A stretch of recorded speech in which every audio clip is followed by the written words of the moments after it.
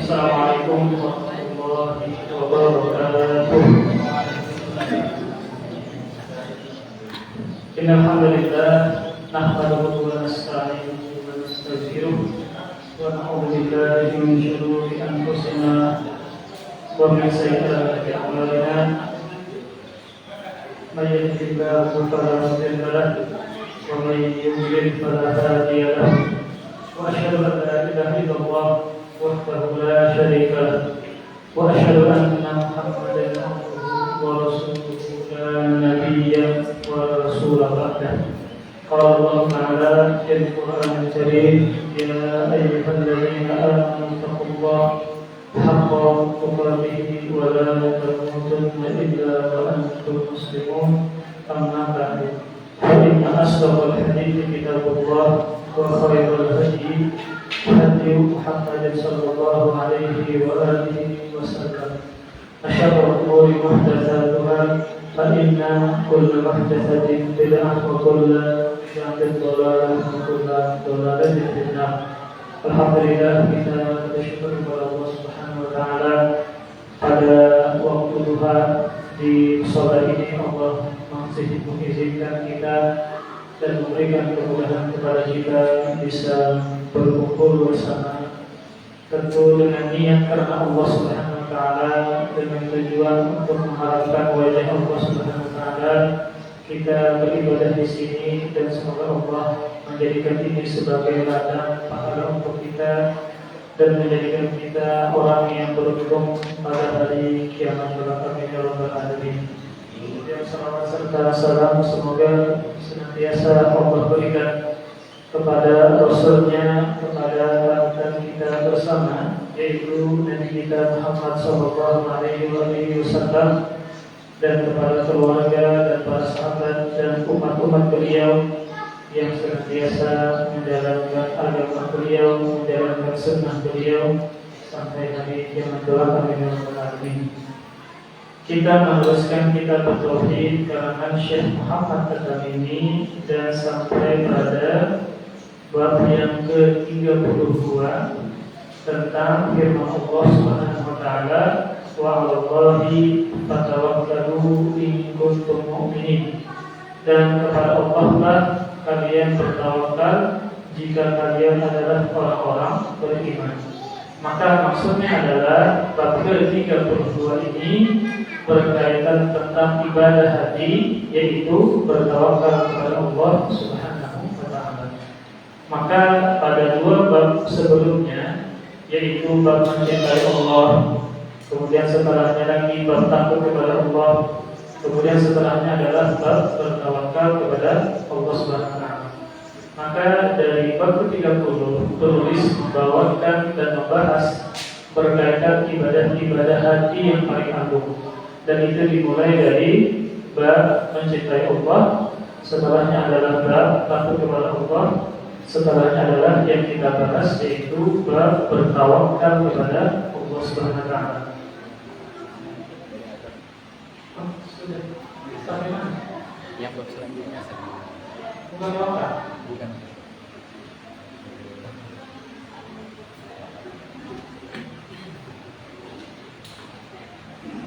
Oh iya. Sabar. Tentang bab takut akan adab Allah Subhanahu wa taala. Nah, itu yang berapa ya? Yang ke-30. Sabar. 33 bab yang ke-34.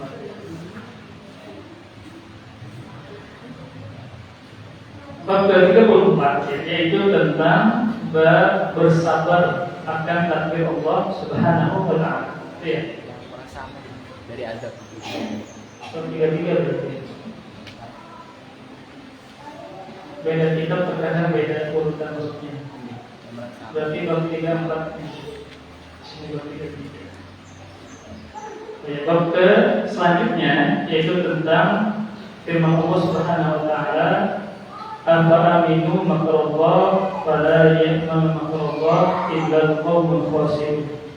Tentang firman Allah Subhanahu wa taala, apakah mereka merasa aman dengan makarnya Allah, maka tidaklah merasa aman dengan makarnya Allah kecuali orang-orang yang merugi. Maka pembahasan ini berkaitan dengan merasa aman dari makar Allah. Ini juga adalah kelanjutan dari bab sebelumnya, masih berkaitan dengan ibadah-ibadah hati.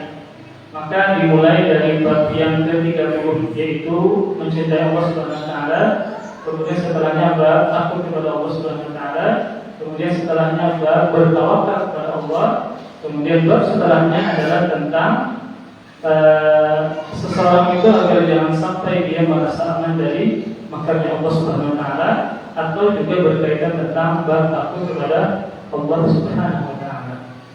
Maka pada bab sebelumnya dijelaskan bahwa ibadah itu harus dibangun di atas 3 pondasi. Jadi ketika seseorang beribadah kepada Allah Subhanahu wa taala, maka ibadah tersebut harus dibangun di atas 3 pondasi. Yang pertama, atas dasar takut kepada Allah, maka kita beribadah seperti sholat dilandasi dengan perasaan takut kepada Allah.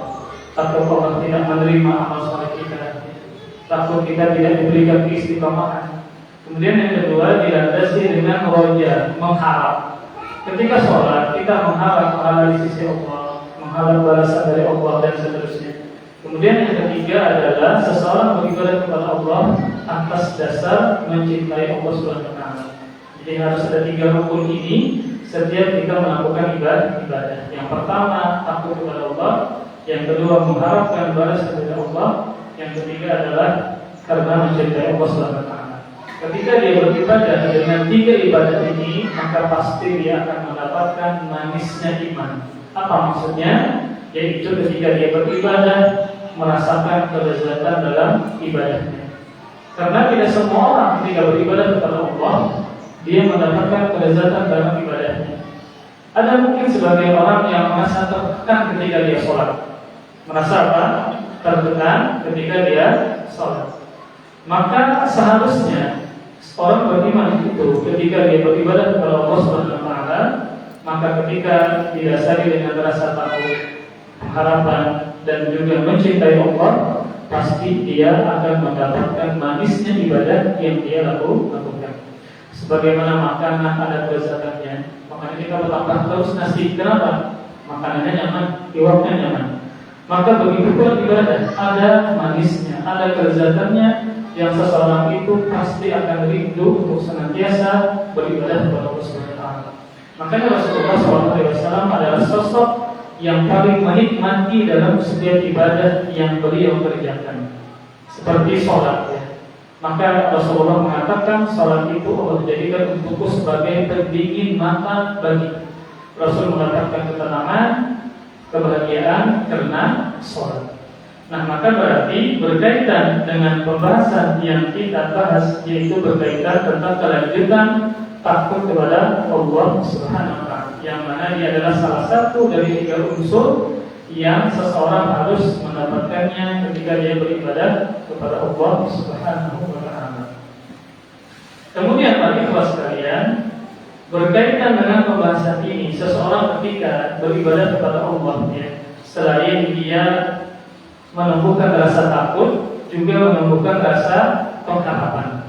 Takut dan pengharapan harus seimbang. Ini sebagaimana firman Allah Subhanahu wa taala tentang para nabi dan orang-orang saleh. Yaitu dalam surah Al-Anbiya ayat 90. Firman Allah Subhanahu wa taala, "Fastajabna lahu wa wahabna lahu Yahya wa aslahna lahu zawjah. Innahum kanu yusari'una fil khairat wa yad'unana raghaban wa rahaban wa kanu lana khashi'in." Kata Allah Subhanahu wa taala, maka kami kabulkan doanya dan kami berikan dan anugerahkan kepadanya Nabi Yahya, dan kami jadikan istrinya dapat mengandung kembali. Sungguh mereka selalu bersegera dalam mengerjakan kebaikan, dan mereka berdoa kepada kami, kata Allah Subhanahu wa taala, dengan penuh harap dan penuh takut. Jadi ketika seseorang itu beribadah seperti doa, maka harus dipenuhi dengan rasa takut dan juga rasa harap. Harus seimbang. Kalau seandainya dia beribadah kepada Allah cuma sisi takut saja, ya, dia tidak mengharapkan pahala ganjaran di sisi Allah, ini dikhawatirkan dia tidak menikmati ibadah yang dia lakukan karena hanya berlandaskan takut saja. Atau sebaliknya, dia hanya beribadah kepada Allah dengan mengharap saja, maka dikhawatirkan dia melakukan perbuatan maksiat. Karena sejatinya dia hanya mengharapkan ampunan Allah saja, mengharapkan balasan Allah, tidak takut kepada Allah Subhanahu wa taala. Maka harus seimbang antara rasa takut dan juga rasa mengharapkan apa yang di sisi Allah Subhanahu wa taala. Kemudian pada ikhwah sekalian, nah berkaitan dengan roja, yaitu mengharap ya, pada pembahasan sebelumnya, maka seseorang yang memiliki ibadah atau dia mengerjakan ibadah kepada Allah Subhanahu wa taala, maka harus ada sisi mengharap dan sisi takut kepada Allah. Maka pada sisi mengharap apa yang ada pada Allah Subhanahu wa taala, maka harus ada dua yang dia lakukan. Yang pertama disertai khauf atau takut kepada Allah. Yang kedua, mengharapnya dia harus disertai amalan. Ini belum berkaitan dengan ibadah secara umum. Ketika dia beribadah kepada Allah Subhanahu wa taala, maka yang pertama dia menumbuhkan rasa takut, yang kedua dia menumbuhkan rasa pengharapan. Rasa pengharapan artinya adalah dia mengharap apa yang di sisi Allah Subhanahu wa taala. Ada dua syarat. Yang pertama harus disertai dengan takut kepada Allah, Yang kedua, pengharapan dia harus memiliki amalan. Harus memiliki amalan. Dalam artian ketika dia mengharapkan sesuatu di sisi Allah, yang pertama dengan menyertakan juga rasa takut, yang kedua harus disertai dengan amalan. Maka salah orang yang mengatakan saya takut kepada Allah, tapi dia tidak beramal, soleh.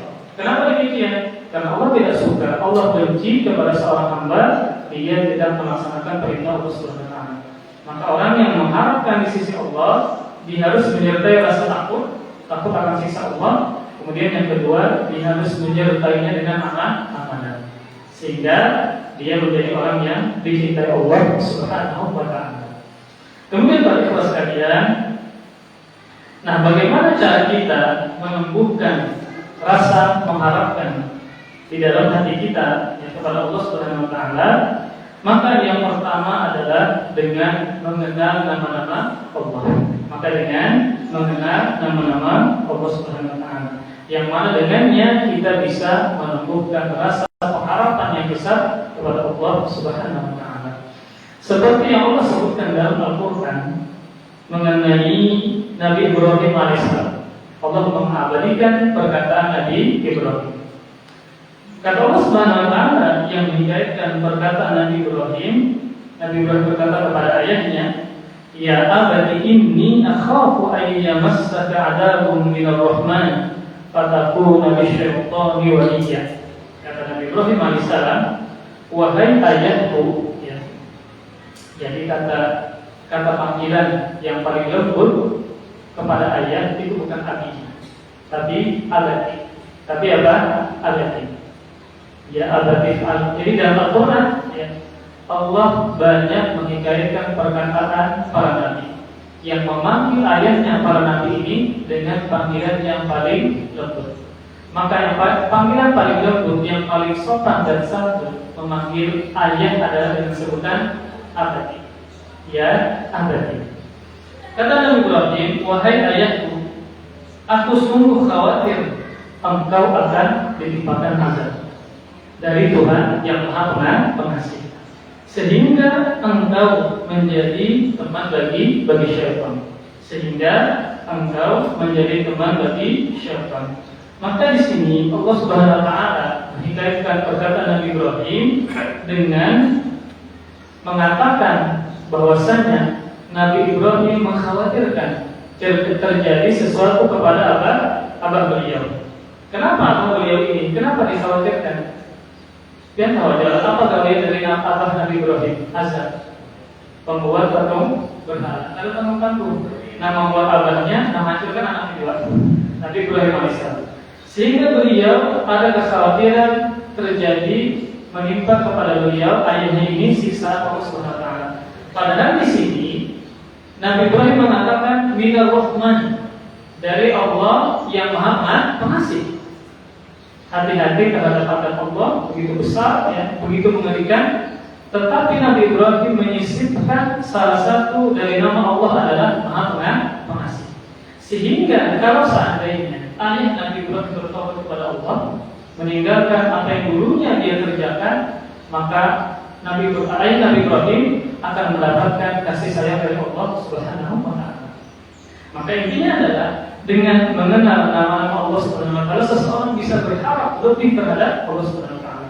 Contohnya adalah dia tahu bahwasanya Allah Maha Pengasih lagi Maha Penyayang. Nah, para ikhwan sekalian, sebenarnya kita menerjemahkan Ar-Rahman Ar-Rahim, terjemahnya apa? Rahman yang Maha Pengasih, Rahim Maha Penyayang.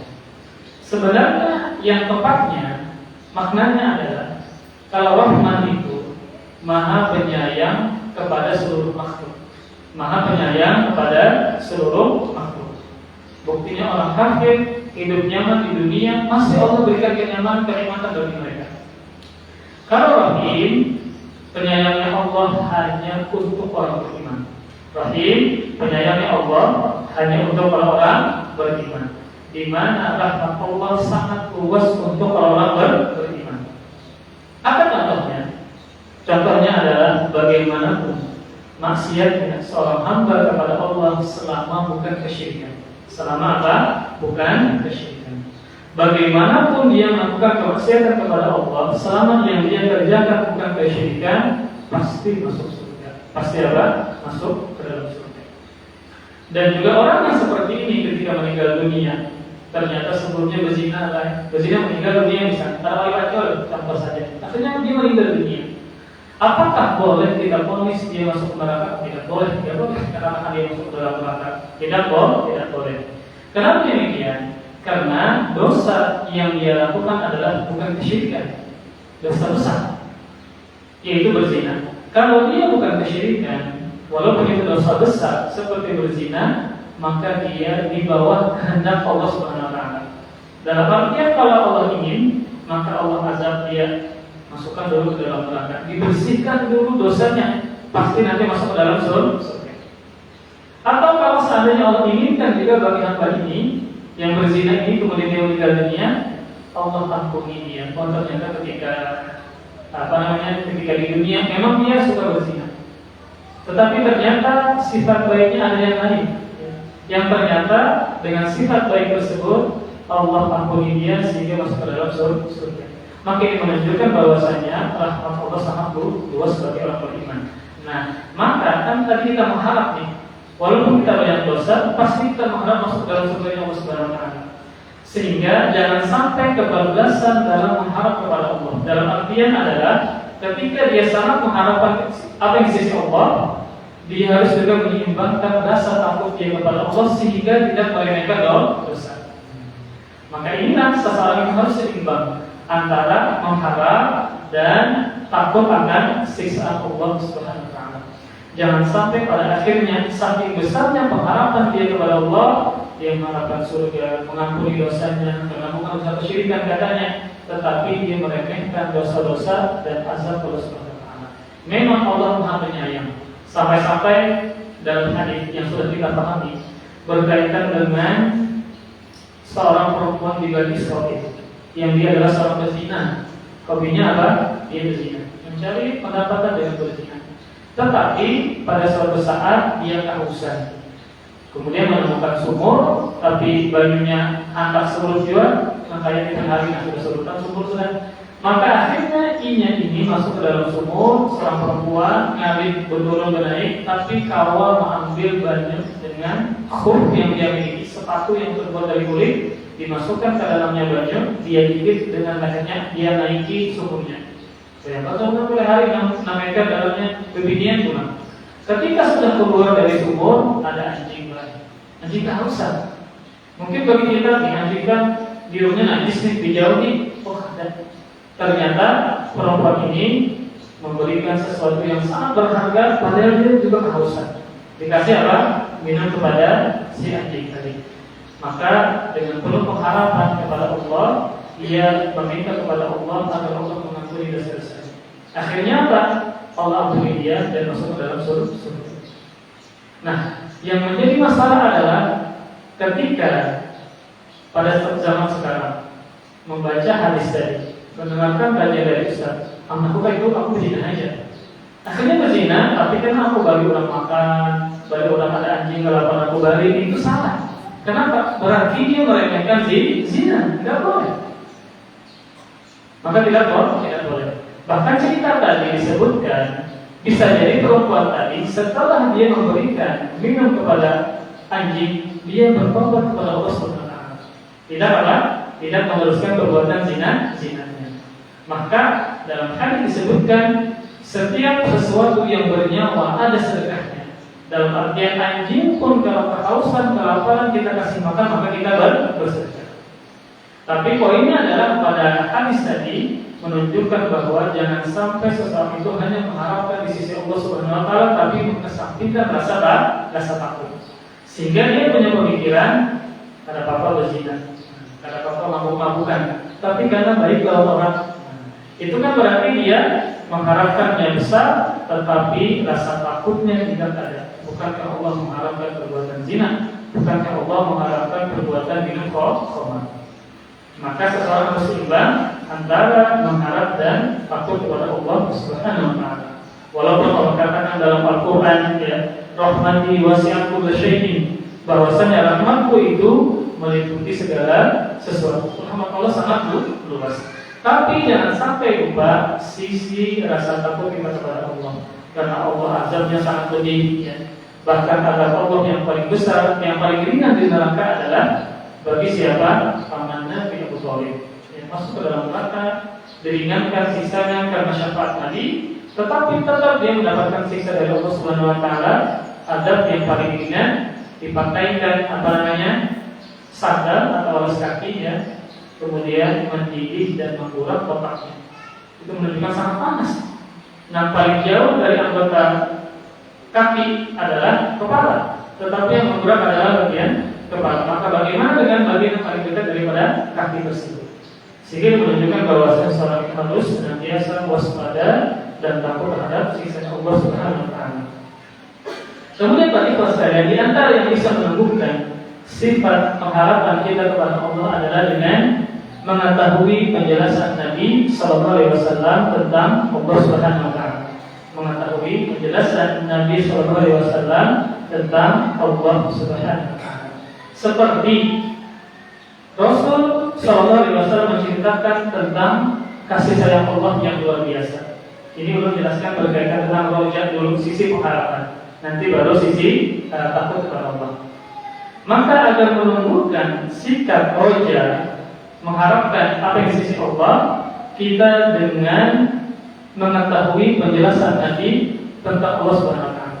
Seperti sabda Nabi sallallahu alaihi wasallam, hadis yang sahih yang dikeluarkan oleh Al-Imam Al-Bukhari dan juga Imam Muslim, Rasulullah sallallahu alaihi wasallam bersabda, "Lallah arhamu bi ibadihi min hadhihi biwaladiha."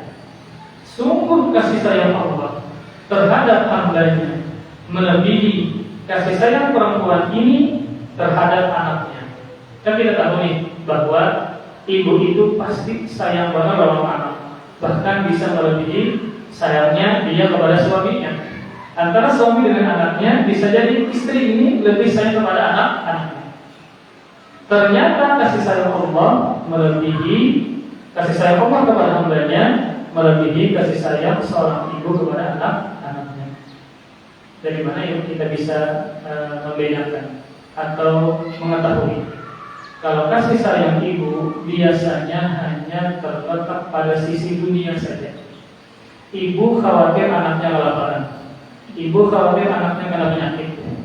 Tapi terkadang ketika anak ini dewasa, kadang mengkhawatirkan lagi berkaitan dengan agamanya, kadang mengkhawatirkan lagi berkaitan dengan masalah agama, keselamatan akhirat jauh lebih utama daripada dunia. Khawatir sekolahnya di mana? Apalagi wah ini larang-larang masuk sekolah. Kekhawatiran seorang ibu kepada anak biasanya dalam perkara-perkara dunia. Ibu yang sudah beranak, sudah balik, anak membuka aurat dari dapur, anaknya perempuan misalnya, anaknya keluar rumah membuka aurat, yang diperhatikan apa? Hati-hati hujan, hati-hati malam kemalaman dingin, hati-hati ada perampok, ada orang macam-macam. Yang dikhawatirkan berkaitan tentang dunia. Tapi Allah Subhanahu wa taala rasa sayang mereka kepada hambanya, Allah beri hidayah. Supaya apa? Supaya dia selamat dunia akhirat.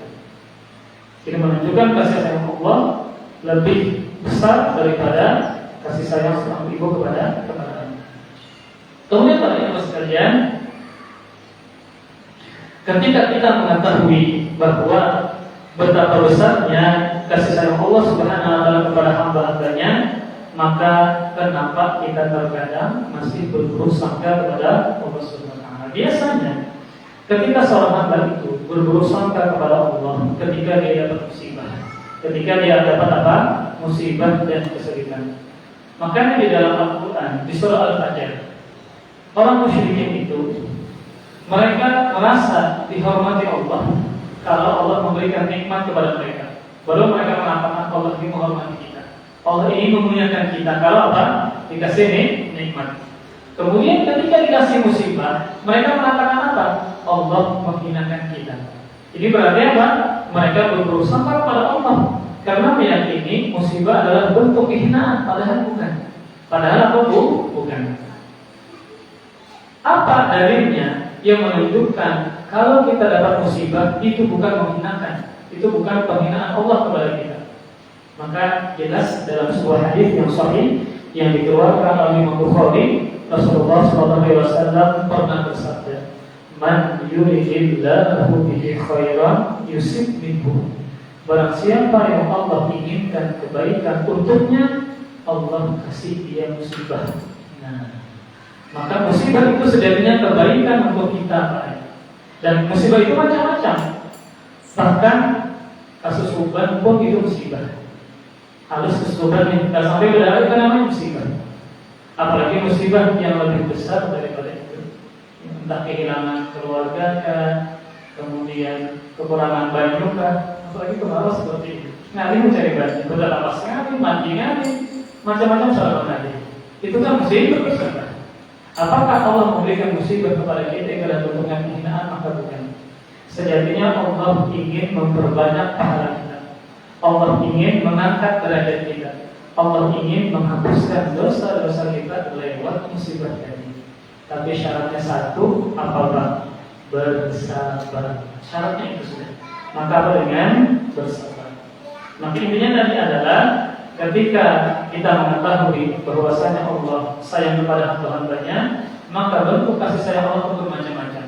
Terkadang Allah memberikan nikmat kepada orang tersebut, terkadang pun Allah berikan ujian dan musibah kepada orang tersebut. Makanya kalau seandainya bentuk kemuliaan Allah dilihat dengan mendapatkan kenikmatan, kenapa para nabi banyak dapat musibah? Nabi Muhammad SAW tidak pernah melihat wajah Abah Sidin seumur, tidak pernah melihat. Meninggal abahnya pas di dalam, kan itu musibah yang luar biasa. Apakah Allah menghinakan Nabi Muhammad? Jawabannya tidak. Ternyata Allah ingin mengajarkan kepada Nabi Muhammad agar Nabi Muhammad hendaknya hanya bertawakal kepada Allah, bukan kepada orang tua. Jadi intinya adalah bahwa pemberian Allah adalah anugerah, musibah itu juga adalah anugerah. Bukan berarti kita berburuk sangka kepada Allah ketika Allah memberikan musibah kepada kita. Kemudian di antara hal yang lain yang menumbuhkan perasaan roja, pengharapan di sisi Allah adalah dengan mengetahui penjelasan firman-firman Allah terkait masalah mengharapkan. Seperti misalnya Allah memerintahkan para hamba-hambanya yang banyak melakukan dosa agar jangan putus asa. Agar apa? Jangan putus asa dari rahmat Allah Subhanahu wa taala. Mungkin kita kadang-kadang merasakan demikian, merasa banyak dosa sehingga kita putus asa. Sebagian orang ada yang hidupnya tergantung macam-macam sehingga dia berputus asa dari rahmat Allah Subhanahu wa taala. Merasa banyak dosa, hidupnya harus sembahyang, berzina macam-macam. Apakah akhirnya dia bisa berputus asa? Iya, dia bisa berputus asa. Tetapi dalam ayat ini Allah menjelaskan kepada kita bahwa bagaimanapun dosa yang dulunya dia kerjakan, janganlah dia berputus asa dari rahmat Allah Subhanahu wa taala. Di antaranya dalam firman Allah di surah Az-Zumar ayat 53. Qul ya ibadiyalladzina asrafu ala anfusihim la taqnatu min rahmatillah. Innallaha yaghfiru dzunuba jami'an innahu huwal ghafurur rahim. Kata Allah Subhanahu wa taala, katakanlah wahai hamba-hambaku yang melampaui batas terhadap diri mereka sendiri. Maksudnya apa? Mereka melakukan perbuatan dosa. Janganlah kalian berputus asa dari rahmat Allah. Kenapa? Sesungguhnya Allah mengampuni dosa-dosa semuanya. Sungguh Dialah yang Maha Pengampun lagi Maha Penyayang. Jadi dengan memahami bahwasanya Allah Subhanahu wa taala menjelaskan kepada kita agar kita jangan sampai putus asa dari rahmat Allah sekalipun kita dulunya banyak melakukan dosa. Contoh misalnya dari sini balik sampai berumur 70 tahun. Jadi umur berapa? 70 kan di ujung umur nih. Ternyata dari balik sampai umur 70 itu banyak dosa yang beliau kerjakan. Ada sembahyang, ada puasa, macam-macam beliau kerjakan. Tetapi ketika berumur 70 tahun, Sidin bertobat kepada Allah SWT dengan sebenar-benar taubat. Kemudian ketika ada urusan keburukan yang beliau lakukan berkaitan dengan makhluk, Sidin minta maaf. Sidin minta maaf, sidin garesik, entah berkaitan dengan hutang atau merampas hak orang lain, maka sidin kembalikan. Berkaitan dengan hak Allah, maka sidin bertaubat dengan sebenar-benar taubat. Berarti intinya adalah ketika orang tua ini, kakek ini ingin bertobat kepada Allah, maka Allah akan berikan hidayah sehingga dia di penghujung umurnya dia meninggal dalam keadaan yang baik. Maka intinya adalah jangan sampai putus asa dari rahmat Allah Subhanahu wa taala. Nah, kemudian langsung ke pembahasan kita. Berkaitan dengan sisi satunya yang harus dimiliki seorang hamba, yang pertama adalah rasa pengharapan, yang kedua adalah rasa takut. Maka firman Allah Subhanahu wa taala di surah Al-A'raf ayat 99. Afa'aminu makrallah fala ya'manu makrallah illa qaumul khasirun. Atau apakah mereka merasa aman dari siksaan Allah? Tidak ada yang merasa aman dari siksaan Allah selain orang-orang yang rugi. Perhatikan, ayat ini adalah dalil yang pertama yang dibawakan oleh Syekh Muhammad At-Tamimi dalam sekaligus menjadi judul bab. Nah, jadi kalau yang ada kitabnya, bab ini adalah bab firman Allah, lalu dibawakan ayatnya.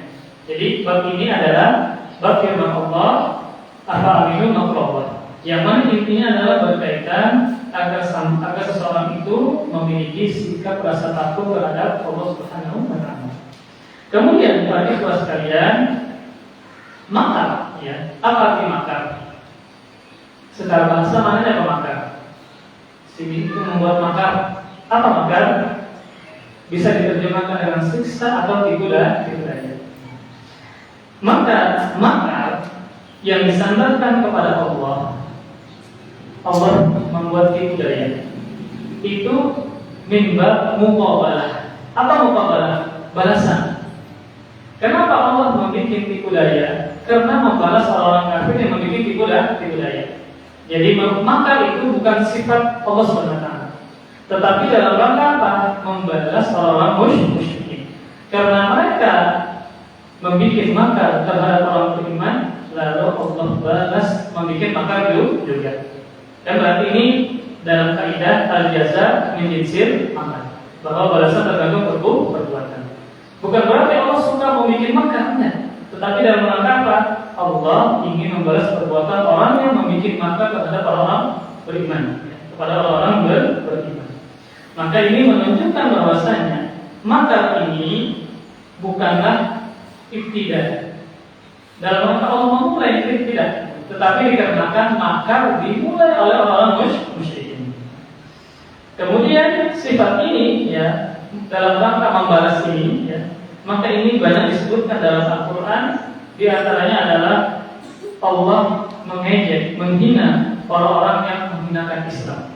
Apakah sifat Allah menghinakan? Maka jawabannya tidak. Tetapi dalam rangka membalas, bukan dalam rangka memulai, tidak. Kenapa Allah membuat makar? Kenapa Allah Subhanahu wa taala menghinakan orang-orang musyrikin? Karena mereka duluan yang membuat makar dan menghinakan. Seperti firman Allah Subhanahu wa taala tentang orang-orang musyrikin. Dalam surah Al-Baqarah ayat 14 dan 15, Allah Subhanahu wa taala berfirman, "Wa idza laqul ladzina amanu qalu amanna wa idza khalu ila syayatinihim qalu inna ma'akum innama nahnu mustahzi'un. Allah yastahzi'u bihim wa yamudduhum fi tughyanihim ya'mahun." Jadi kenapa mereka Allah ejek? Karena mereka duluan yang mengejek orang beriman. Perhatikan firman Allah Subhanahu wa taala.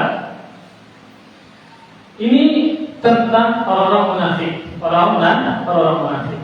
Di zaman Nabi sallallahu alaihi wasallam di kota Madinah pulang. Ini berkembang sifat kemunafikan. Dan munafik di sini bukan munafik dari sisi amalan, tapi munafik dari sisi iktikad keyakinan. Mungkin kita memahami munafik di sini kalau berpanggil berusaha itu munafik dalam amalan. Bukan itu yang dimaksud pada ayat ini. Tetapi munafik dari sisi keyakinan, apa itu? Menyembunyikan kekafiran dan menampakkan keislaman untuk mengelabui kaum muslimin. Itu orang munafik di zaman Nabi, bukan munafik yang kita pahami dari sisi amalan. 3 kata orang munafik: kalau berbicara berdusta, kalau berjanji dia mengkhianati dan seterusnya. Bukan itu. Maksudnya adalah orang munafik di zaman ini, di kota Madinah ini, yaitu dia menyembunyikan kekufuran, menampakkan keislaman untuk mengelabui saja. Nah, kata Allah Subhanahu wa taala, dan apabila mereka berjumpa, orang munafik ini berjumpa dengan orang beriman, maka mereka mengatakan kami juga beriman. Ini orang munafik. Dan apabila mereka kembali kepada para pemimpin mereka, berikan bertemu lawan pemimpinnya, maka mereka mengatakan sungguh kami bersama kalian. Kami hanya mengejek mereka saja. Lalu bagaimana Allah membalas mereka? Allah akan mengejek mereka, mengolok-olok mereka, dan membiarkan mereka terombang-ambing dalam kesesatan. Kemudian, apakah sifat Allah mengejek? Jawabannya tidak. Bukan dalam rangka memulai, tetapi dalam rangka membalas. Sama dengan perbuatan makar. Kita tidak mengatakan sifat Allah memberi makar, enggak, jangan, tidak boleh.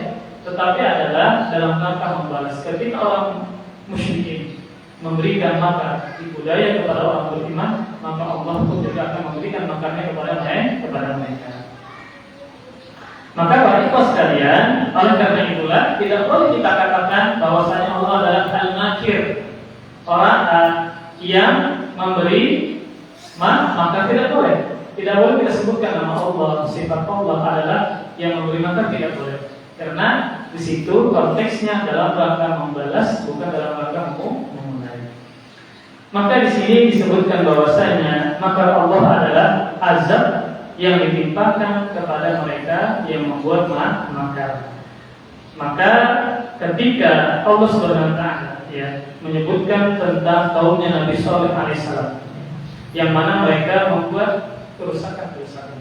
Dalam surah Al-Naml ayat 48 dan 50, Allah Subhanahu wa taala berfirman, "Wa kana fil madinati tis'atu rabbin yufsiduna fil ardh wa la yuslihun qalu taqasamu billah la nubayyitannahu wa ahlahu thumma lanaqulanna liwaliyyihi ma shahidna mahlika ahlihi wa inna lasaddiqun wa makaru makru wa makarna makru wa hum la yashurun." Kata Allah Subhanahu wa taala, dan di kota tersebut ini pada tempatnya Nabi Shalih, dan di kota tersebut ada 9 orang laki-laki yang berbuat kerusakan di atas muka bumi. Mereka tidak melakukan perbaikan. Mereka mengatakan, bersumpahlah kamu dengan nama Allah bahwa kita pasti akan menyerang dia bersama keluarganya pada malam hari. Kemudian kita akan mengatakan kepada ahli warisnya bahwa kita tidak menyaksikan kebinasaan keluarganya itu, dan sungguh kita adalah orang yang benar. Dan mereka, kata Allah di akhir ayat, dan mereka membuat makar, membuat tipu daya, dan kami pun menyusun tipu daya untuk mereka, sedangkan mereka tidak menyadari. Jadi mereka ingin mengancam orang-orang beriman, atau Nabi Shalih ingin menghancurkan keluarganya, ahli warisnya, ingin membuat makar kepada mereka, tetapi Allah membalas mereka dengan membuat makar juga. Padahal mereka tidak merasa dan sadar bahwasanya Allah membuat makar terhadap mereka. Kemudian para ikhwan sekalian, para ulama menyebutkan beberapa hal tentang alasan kenapa seseorang itu bisa aman dari makarnya Allah Subhanahu wa taala. Ada para ulama menyebutkan beberapa alasan. Kenapa nih ada seseorang yang merasa aman dari makarnya Allah Subhanahu wa taala? Dia misalnya membuatkan makar, membuat makar terhadap orang beriman. Kemudian dia merasa Allah tidak membuat makar kepadanya. Apa alasan dia merasa Allah tidak memberikan makar kepadanya? Yang pertama adalah kebiasaan bermaksiat. Kebiasaan bermaksiat, dan dia merasa Allah tidak menegurnya, terus-menerus melakukan perbuatan maksiat sementara Allah tidak menegurnya. Maka bisa jadi orang ini merasa aman dari makarnya Allah ketika dia bermaksiat, tetapi dia merasa Allah tidak menegurnya. Ini bahaya. Ini bahagia. Maka setiap orang itu terkadang ada maksiat yang dia sulit menghindari, terulang harus. Maka terkadang orang yang seperti ini, kenapa dia sering mengulangi maksiat yang dia lakukan, bertobat ulang-ulang, itu ulang terus ya. Bisa jadi karena dia merasa aman dari tegurannya Allah. Padahal Allah sudah menegurnya. Entah Allah menegurnya pada sisi keluarganya, pada sisi kesehatannya, pada sisi teman-temannya, pekerjaannya, tapi dia tidak merasa Allah menegur dia. Akhirnya dia merasa aman dari makannya Allah. Akhirnya dia merasa aman dari siksanya Allah Subhanahu wa taala. Sehingga seseorang itu ketika dia ingin mendapatkan ketenangan, kebahagiaan, maka yang pertama adalah jangan merasa aman dari siksanya Allah Subhanahu wa taala. Maka dia harus beribadah kepada Allah Subhanahu wa taala.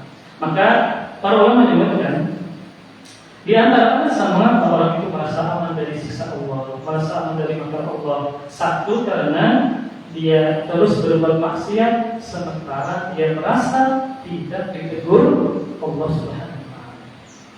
Maka akhirnya dia merasa aman dari siksa Allah, merasa aman dari makar Allah Subhanahu wa taala. Maka ini harus kita senantiasa berdoa kepada Allah agar Allah membuat kita benci terhadap perbuatan maksiat. Makanya di dalam Al-Quran kita ini diperintahkan berdoa kepada Allah agar kita benci terhadap perbuatan maksiat. Kenapa? Ada sebagian perbuatan maksiat itu sulit untuk bertobat, sulit untuk ditinggalkan. Karena setiap perbuatan maksiat ada kelezatan. Setiap ada perbuatan maksiat ada kelezatan dari hawa nafsu. Kenapa orang banyak berzina? Kira-kira berzina itu ngalihkah? Lezatkah? Pahitkah? Pasti orang yang berzina mengatakan lezatannya. Kenapa orang banyak minum khamar? Karena di dalamnya ada kelezatan. Kenapa orang banyak melakukan riba? Di dalamnya ada kelezatan dapat duit. Pacaran, ada kelezatan, menggibah, ada kelezatan.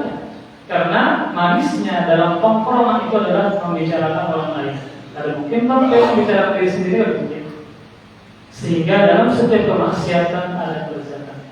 Kelezatan sementara agarnya lawas. Maka di antara perintah Allah kepada kita adalah kita berdoa agar Allah membuat kita ini benci terhadap perbuatan maksiat. Sehingga kita tidak merasa aman dari makar dan siksa Allah Subhanahu wa taala. Kemudian yang kedua, kenapa sebagian orang itu merasa aman dari azab Allah, merasa aman dari makarnya Allah Subhanahu wa taala? Yang kedua adalah merasa ujub, merasa bangga terhadap yang dia lakukan. Merasa ujub dan bangga terhadap apa yang dia lakukan. Misalnya beramal soleh. Memang ketika beramal soleh kita mengharapkan amal soleh kita banyak pahalanya. Tapi kita pun juga harus menumbuhkan rasa takut. Takut apa? Jangan-jangan amal ibadah kita tidak diterima. Harus ini diterima. Maka orang yang ujub merasa bangga dengan amal solehnya, maka membuat dia apa? Merasa aman dari siksaan Allah. Merasa aman bahwa seakan-akan amal ibadah dia pasti diterima. Maka ini Pak ikhlas sekalian, seseorang beribadah kepada Allah hendaklah jangan merasa bangga. Kita harus menumbuhkan rasa takut. Jangan-jangan amal soleh kita tidak diterima. Jangan-jangan ternyata setelah melakukan amal soleh, melakukan kesyirikan, hilang pula pahala yang kita dapatkan. Maka seseorang ketika beramal soleh, bagaimanapun jasa dia terhadap orang beriman, bagaimanapun ibadah yang dia lakukan, sedekah yang luar biasa yang dia lakukan, jangan sampai dia merasa bangga apa yang telah dia berikan kepada orang-orang beriman. Tetapi dia akan menumbuhkan rasa takut. Dia khawatir seandainya ibadah yang luar biasa yang dia berikan, yang dia kerjakan tidak diterima Allah Subhanahu wa taala. Kemudian dalil yang kedua berkaitan tentang rasa takut kepada Allah dan rasa takut akan makarnya Allah Subhanahu wa taala. yaitu surah Al-Hijr ayat 56.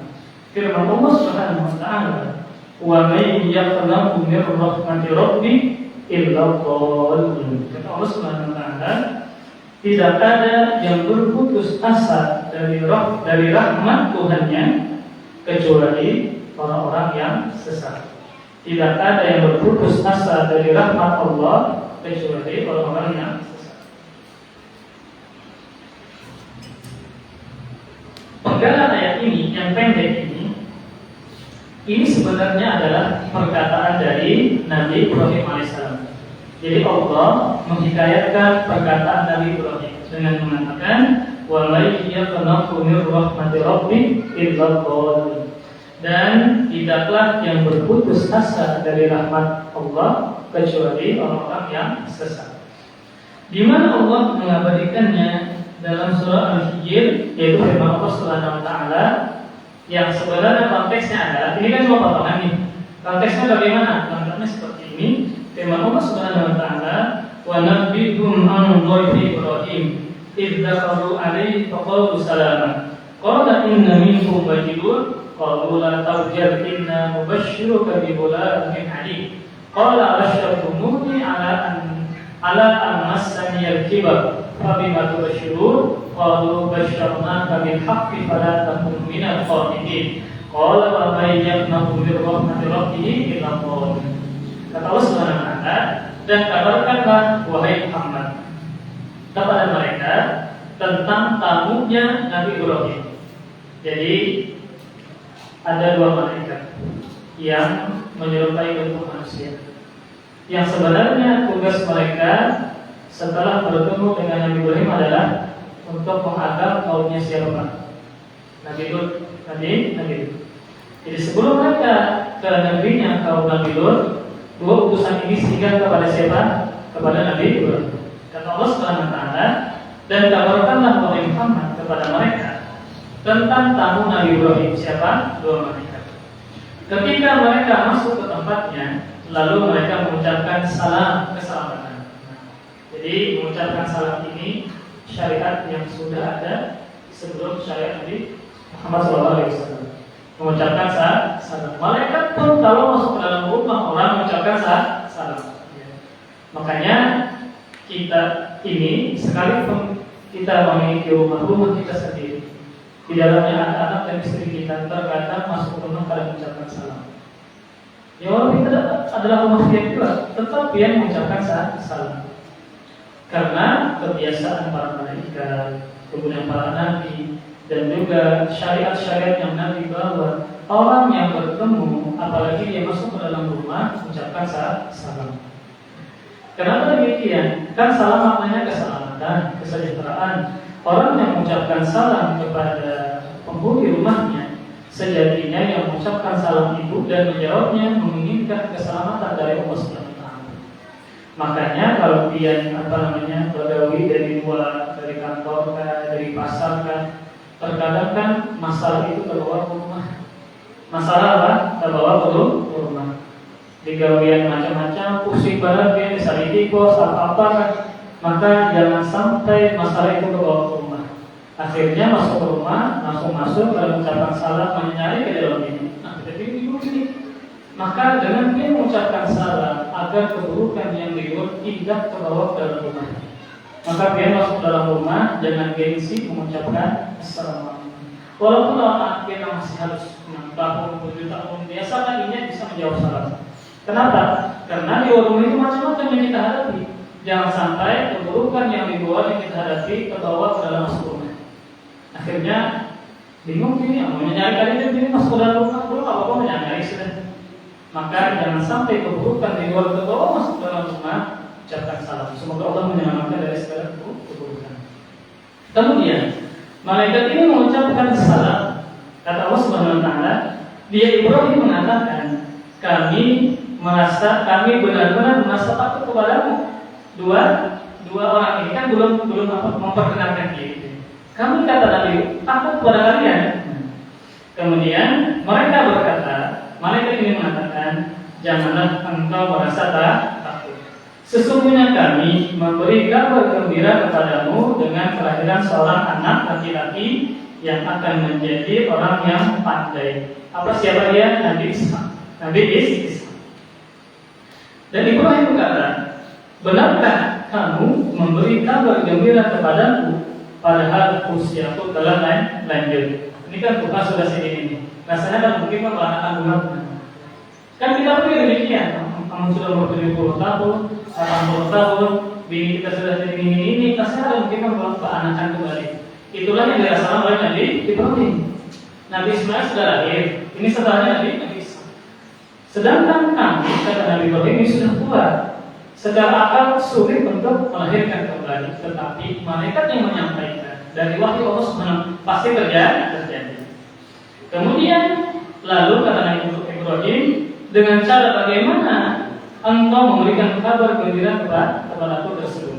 Lalu kemudian mereka menjawab, kami menyampaikan kabar gembira kepadamu dengan benar. Maka jangan engkau termasuk orang yang berputus asa. Kata siapa? Malaikat tadi. Maka setelah Nabi Ibrahim mengetahui mereka adalah utusan Allah, malaikat, maka benarlah yang terjadi, ya, bahwasanya Nabi Ibrahim akhirnya istrinya melahirkan seorang anak yang bernama Ishak.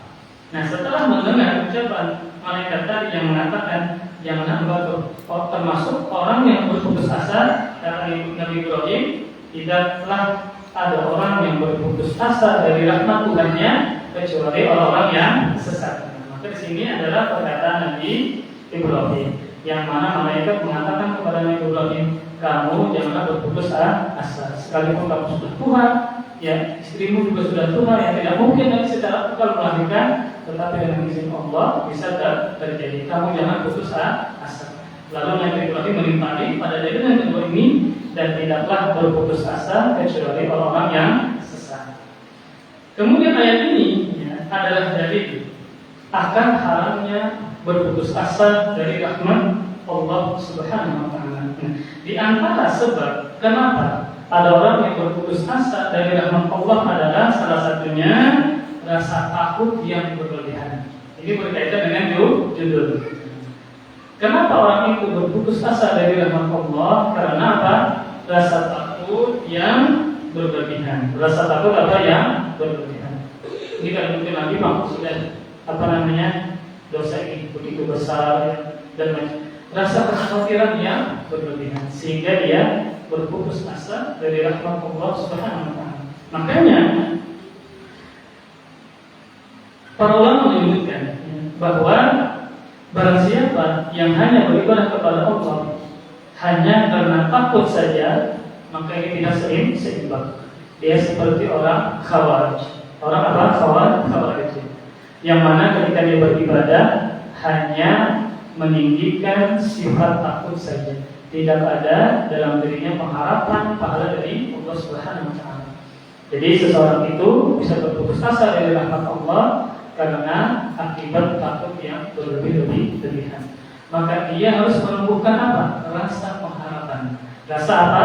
Mengharap bahwa Allah akan mengampuni dosa-dosa dia selama dia benar-benar bertaubat kepada Allah Subhanahu wa taala. Jadi dari sisi mana pendalilan? Penulis membawakan ayat ini berkaitan dengan takut kepada Allah, padahal kan ini berkaitan tentang jangan putus asa dari rahmat Allah, ya. Yaitu dari sisi bahwasanya di antara sebab seseorang itu berputus asa dari rahmat Allah adalah karena kekhawatiran yang berlebih-lebihan. Maka dia harus menumbuhkan rasa pengharapan kepada Allah bahwa Allah mengampuni dosa-dosa dia, sekalipun dengan jumlah yang sangat banyak. Maka dengan demikian seseorang bisa benar-benar kembali kepada Allah dan tidak berputus asa. Kemudian dari yang ketiga yang dibawakan oleh penulis adalah berupa hadisnya. Kalau dua dalil yang tadi adalah berupa ayat, maka sekarang dalil berupa hadis Rasulullah SAW. Diriwayatkan dari sahabat Abdullah bin Abbas radhiyallahu taala anhu, beliau adalah sepupunya Rasulullah SAW. Karena Abdullah dan Abbas itu adalah berislam, tapi beda mama, beda ibu. Jadi Abdul Muthalib itu banyak memiliki istri, lebih dari satu. Kemudian yang seayah dan seibu adalah Abdullah dan Abu Thalib. Jadi Abu Thalib, Abdullah ayah Nabi itu seayah dan seibu. Adapun Abdullah dengan Abbas seayah tapi beda ibu. Bisa dipahami kan? Jadi Abdul Muthalib kakek Nabi ini memiliki beberapa istri.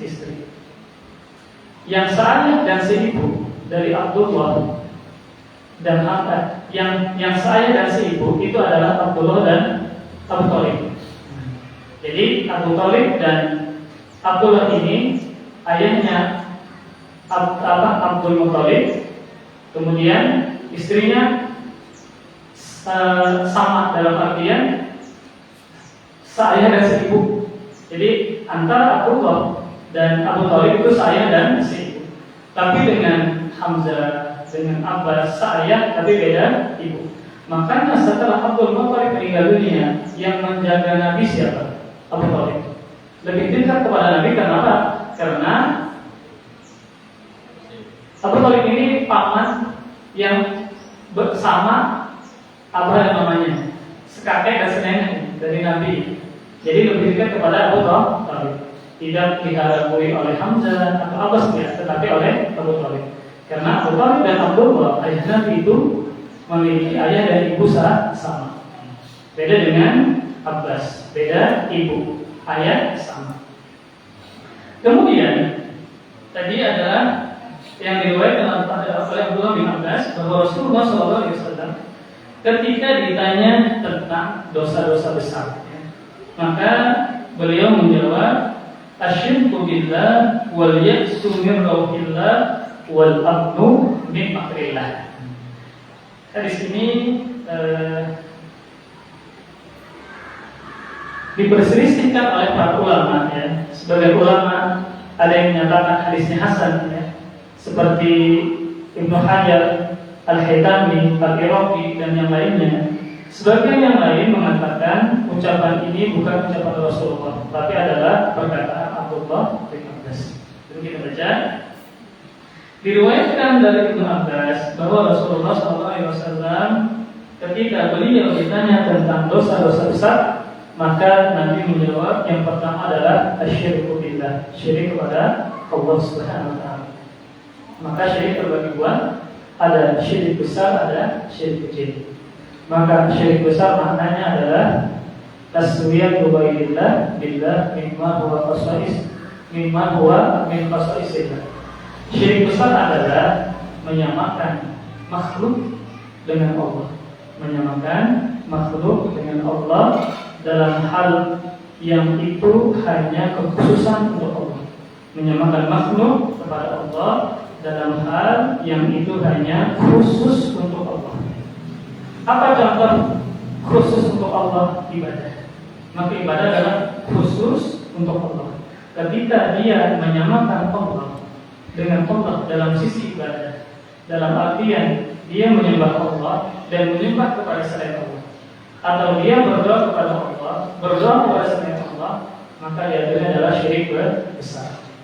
Ini adalah dosa yang pertama, yang paling besar adalah melakukan kesyirikan kepada Allah dengan syirik yang besar.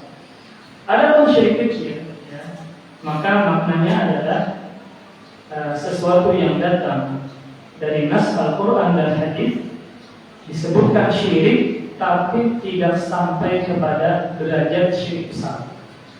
Jadi hadis Al-Quran mengatakan itu syirik, tetapi tidak sampai kepada derajat syirik besar atau tidak sampai kepada mengeluarkan dia dari Islam.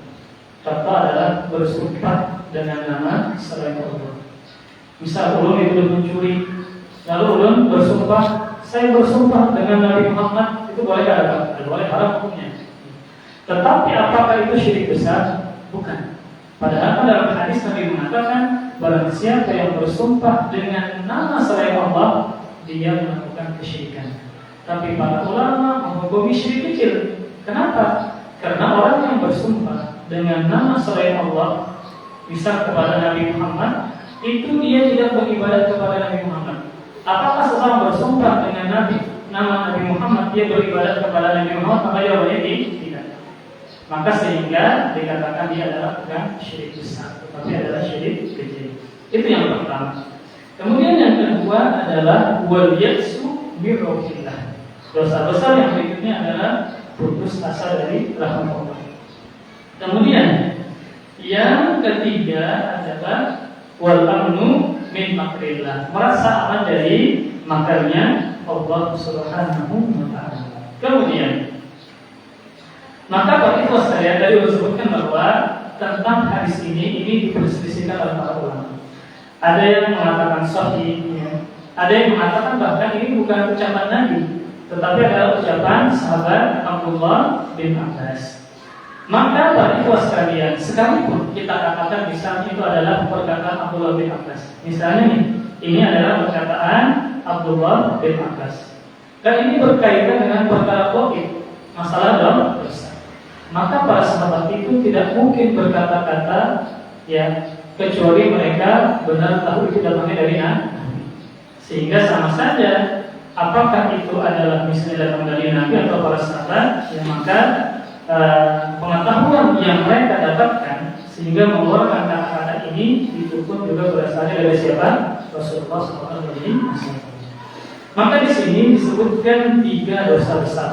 Yang pertama adalah melakukan kesyirikan kepada Allah. Yang kedua, ini poinnya adalah yang kedua adalah berputus asa dari rahmat Allah. Kemudian yang ketiga, ini poinnya, yaitu merasa aman dari makar Allah, merasa aman dari siksaan Allah Subhanahu wa taala.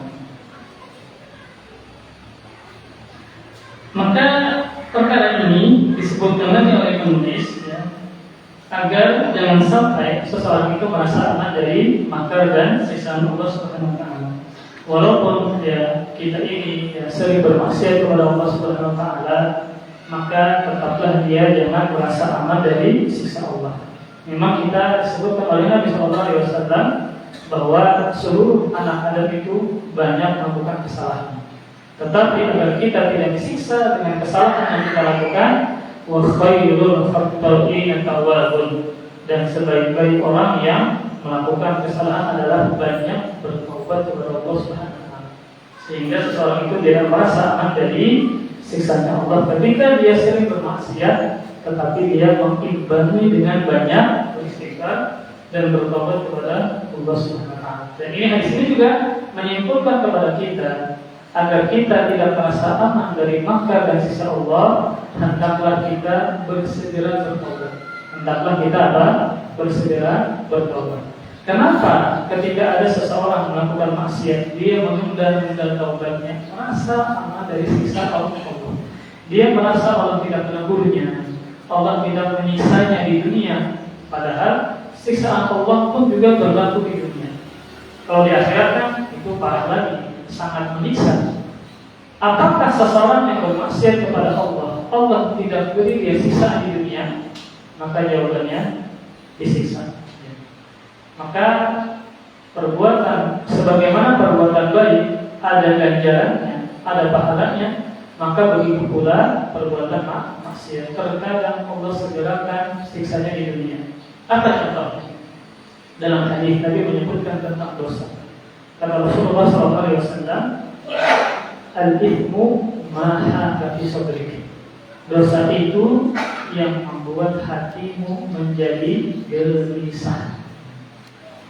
Kadang kan kita kerja apa-apa tiba-tiba gelisah, tiba-tiba merasa ada penting, tiba-tiba merasa gitu-gitu aja, tiba-tiba merasa ada berarti. Kadang kita tiba-tiba bisi perasaan seperti itu.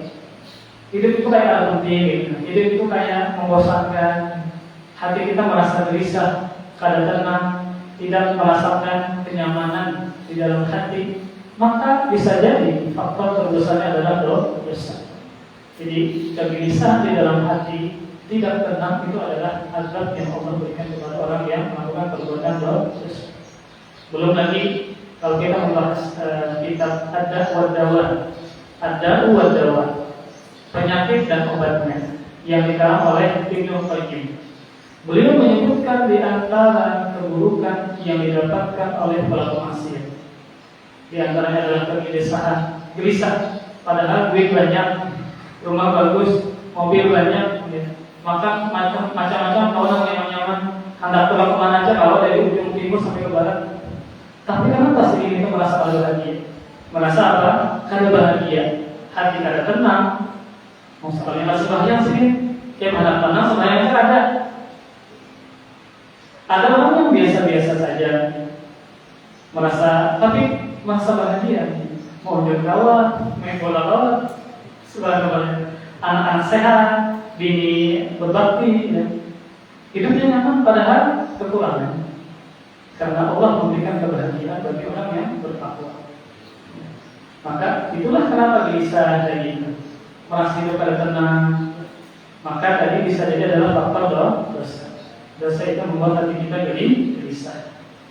Nah maka kenapa kita berbicara itu tadi?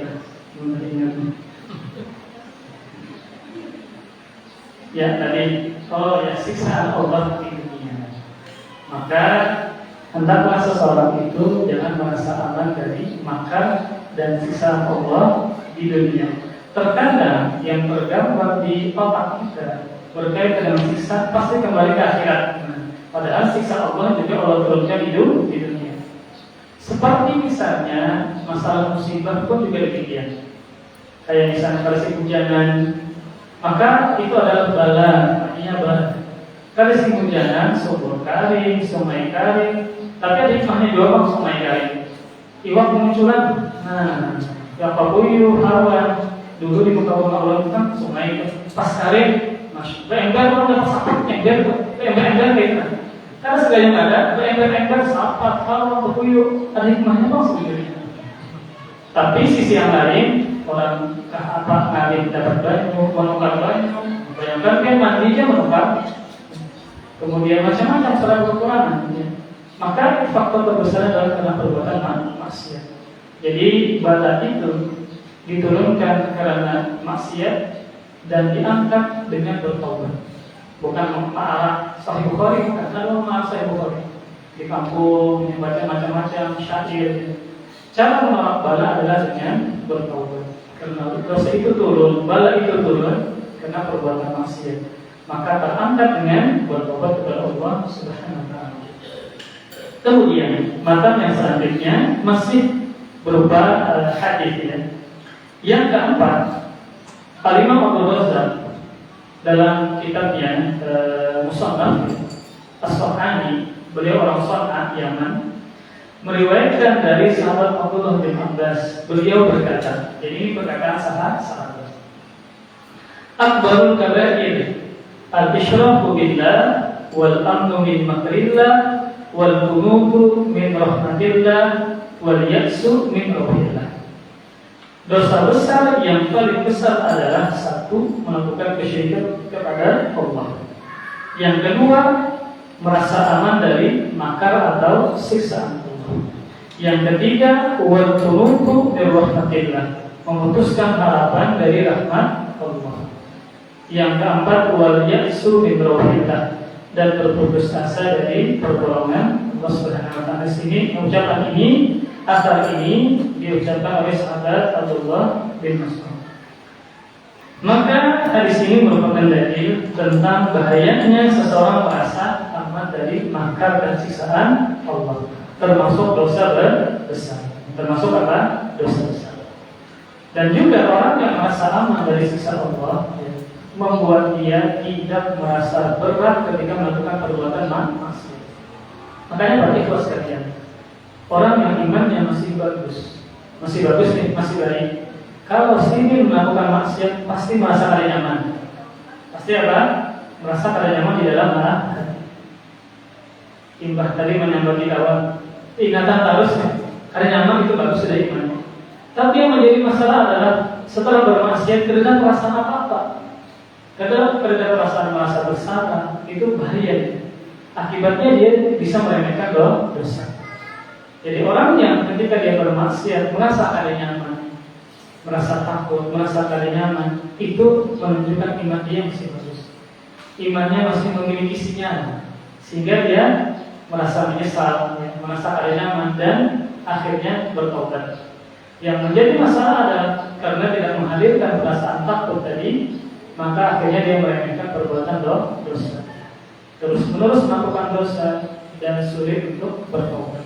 Maka dikatakan bahwa merasa aman dari makarnya Allah, dari siksa Allah termasuk dosa besar, karena akan menimbulkan keburukan-keburukan yang lain.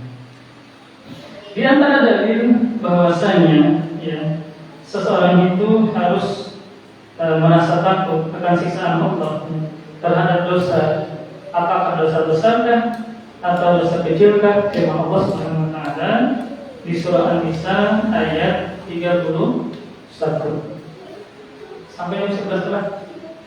Yang 11 surah 15. Firman Allah Subhanahu wa taala, "In tajtanibu kaba'ira ma tunhauna anhu nukaffir ankum sayi'atikum wa nudkhilkum mudkhalan karima." Allah Subhanahu wa taala, jika engkau menjauhi dosa-dosa besar di antara dosa-dosa kecil yang dilarang mengerjakannya, niscaya kami hapuskan kesalahan-kesalahanmu dan kami akan masukkanmu ke dalam tempat yang mulia, yaitu surga. Jadi selain dosa besar, maka dia juga meninggalkan dosa kecil. Memang sangat banyak perbedaan antara dosa besar dan dosa kecil. Di antara perbedaannya adalah dosa besar itu tidak terhapuskan kecuali dengan bertobat. Dosa kecil bisa terhapuskan dengan mengerjakan kebaikan yang lain. Misal melihat beginian, wajah perempuan tanpa ada udur, tanpa ada hajat berdosa. Nonton TV yang ditonton iklan orang mandi, kalau mungkin baginya berkerudung, larangnya mandi, karena sabun tadi pasti lihat auratnya, ya, kemolekan wajahnya, tubuhnya, tangannya, ya. Berdosa sudah mantan dosa kecil. Itu bisa terhapuskan tanpa bertobat. Akhirnya dia sadar itu dosa, maka pada dia langsung dia berpikir astagfirullah, dia beri dosa dia. Atau dia setelahnya bersedekah, dihapuskan dosa dia. Atau melangkahkan kaki ke masjid untuk sholat, juga dihapuskan dosa. Ini sebagaimana sabda Nabi, wa atbi'is sayyi'atal hasanatan tamhuha, dan iringilah keburukan dengan kebaikan, niscaya kebaikan akan menghapuskan keburukan. Itu kalau dosa kecil. Makanya keutamaan amal soleh yang bisa menghapuskan dosa itu cuma dosa kecil. Seperti orang yang berpuasa pada bulan Ramadan, man shoma Ramadan imanan wa ihtisaban ghufira lahu ma taqaddama min dhanbi. Barang siapa yang berpuasa di bulan Ramadan karena iman dan mengharapkan pahala, niscaya dosa-dosa yang telah lalu akan diampuni. Dosa apa? Dosa kecil. Tapi kalau dosa besar harus bertaubat. Kemudian Bapak Ibu sekalian, dari ayat tadi kita simpulkan bahwa Allah tidak membedakan antara dosa besar dan dosa kecil, sehingga kembali kepada pembahasan yang mana itu adalah dosa yang paling besar yang dikatakan oleh Abdullah bin Mas'ud. Yang kedua adalah merasa aman dari siksa Allah. Kalau kita bermaksiat kepada Allah sekalipun dosa kecil, jangan merasa aman dari siksaan Allah. Tetap langsung bertaubat dan mengiringi dengan kebaikan. Kemudian langsung ke kandungan bab ini, langsung kepada kandungan bab ini. Yang pertama adalah tafsir tentang ayat Allah dalam surat Al-A'raf. Ini dari yang pertama, yaitu Al-A'raf 99, firman Allah Subhanahu wa taala, "Afa aminu makrallah fala ya'manu makrallah illa al-qawmul khasirin." Atau apakah mereka merasa aman dari siksa Allah? Tidak ada yang merasa aman dari siksaan Allah selain orang-orang yang rugi. Ini menunjukkan bahwasanya kita sebagai orang beriman, walaupun ini ditujukan kepada orang musyrikin, ini berlaku juga untuk orang yang beriman. Kapan? Ketika mereka melakukan kemaksiatan kepada Allah. Jangan sampai merasa aman dari siksa karena kita melakukan perbuatan dosa. Kemudian Kandungan yang kedua, tafsir tentang ayat dalam surah Al-Hijr, yaitu dalil yang kedua. Firman Allah Subhanahu wa taala, "Wa may yaqnatu bir rahmati rabbih illa dhaallun." Tidak ada yang berputus asa dari rahmat Tuhannya kecuali orang-orang yang sesat. Tafsiran ini sebenarnya adalah perkataan siapa? Nabi Ibrahim. Yang mana sebelumnya Allah mengutus dua malaikat yang menyerupai dengan bentuk manusia. Yang mana sebelum mengadab penduduk dari kaum Nabi Lut, maka mereka Allah perintahkan untuk mengunjungi Nabi Ibrahim. Ketika mereka mengunjungi tempat Nabi Ibrahim, mereka mengucapkan salam dan memperkenalkan diri dan mereka memberi kabar kepada Nabi Ibrahim yang saat itu sudah tua, yang menurut pemikiran dari Nabi Ibrahim tidak mungkin memiliki anak. Ternyata dua malaikat ini mengkabarkan kabar gembira akan diberikan anak, sehingga nanti lahirlah siapa? Nabi Isa. Kemudian Nabi Ibrahim kan tidak percaya, tidak percaya karena mereka umur sini sudah sangat tua. Tapi yang datang ini adalah utusan Allah. Mereka memperkenalkan diri, maka tidak ada yang mustahil bagi Allah Subhanahu wa taala. Kemudian ketika merasa tidak mungkin dari Nabi Ibrahim, maka mereka mengatakan jangan putus asa dari rahmat Allah. Lalu Nabi Ibrahim mengatakan tidak ada yang berputus asa dari rahmat Tuhannya kecuali orang-orang yang sesat. Orang yang berputus asa dari rahmat Allah seperti merasa kebanyakan dosa. Kenapa demikian? Salah satu sebabnya adalah karena terlalu takut dan khawatir berlebih-lebihan, sehingga dia berputus asa dari rahmat Allah. Maka dia harus menumbuhkan pengharapan dia kepada Allah. Allah Maha mengampuni sebanyak apapun dosa yang dilakukan. Kalau dia benar-benar bertaubat, pasti akan diampuni. Kemudian kandungan yang ketiga, ancaman yang keras bagi orang yang merasa aman dari termasuk dosa besar. Disebutkan dalam hadis-hadis termasuk dosa besar. Kemudian juga menimbulkan keburukan yang lain. Akhirnya apa? Ketika dia merasa aman dari siksa Allah, tidak bertobat kepada Allah. Kemudian berkesinambungan melakukan perbuatan dosa. Ini diantara keburukan-keburukan yang ditimbulkan dari merasa aman dari siksa Allah. Tidak bertaubat. Ketika melakukan perbuatan maksiat tidak merasa bersalah, ini menunjukkan dia adalah tidak merasa aman dari siksa Allah Subhanahu wa taala. Kemudian yang keempat, kandungan bab ini adalah ancaman yang keras bagi orang yang berputus asa dari rahmat Allah Subhanahu wa taala. Maka seseorang jangan sampai dia merasa aman dari siksa Allah, dan juga jangan sampai dia berputus asa dari rahmat Allah Subhanahu wa taala. Karena kalau sampai dia berputus asa dari rahmat Allah, maka dia misalnya orang yang merasa banyak isi dosa, akhirnya dia merasa ada diampuni, dia berburuk sangka kepada Allah Subhanahu wa taala. Dia berburuk sangka kepada Allah. Maka seseorang yang dulunya mungkin dia banyak sekali dosa yang dia lakukan, maka jangan sampai dia berputus asa dari rahmat Allah. Rahmat Allah sangat luas, sehingga kalau dia berputus asa dari rahmat Allah, sejatinya dia berburuk sangka terhadap Allah. Allah tidak mengampuni dia. Padahal Allah mengatakan dalam Al-Quran bahwa kita yang berputus asa, rahmat Allah itu meliputi segala sesuatu. Bagaimana berdosa dia, kalau benar berhenti bertobat, pasti Allah ampuni. Wallahu a'lam bishawab. Ada waktu sekitar 13 menit. Silakan kalau ada yang bertanya. Kalau tidak, lebih sedikit. Dulu ada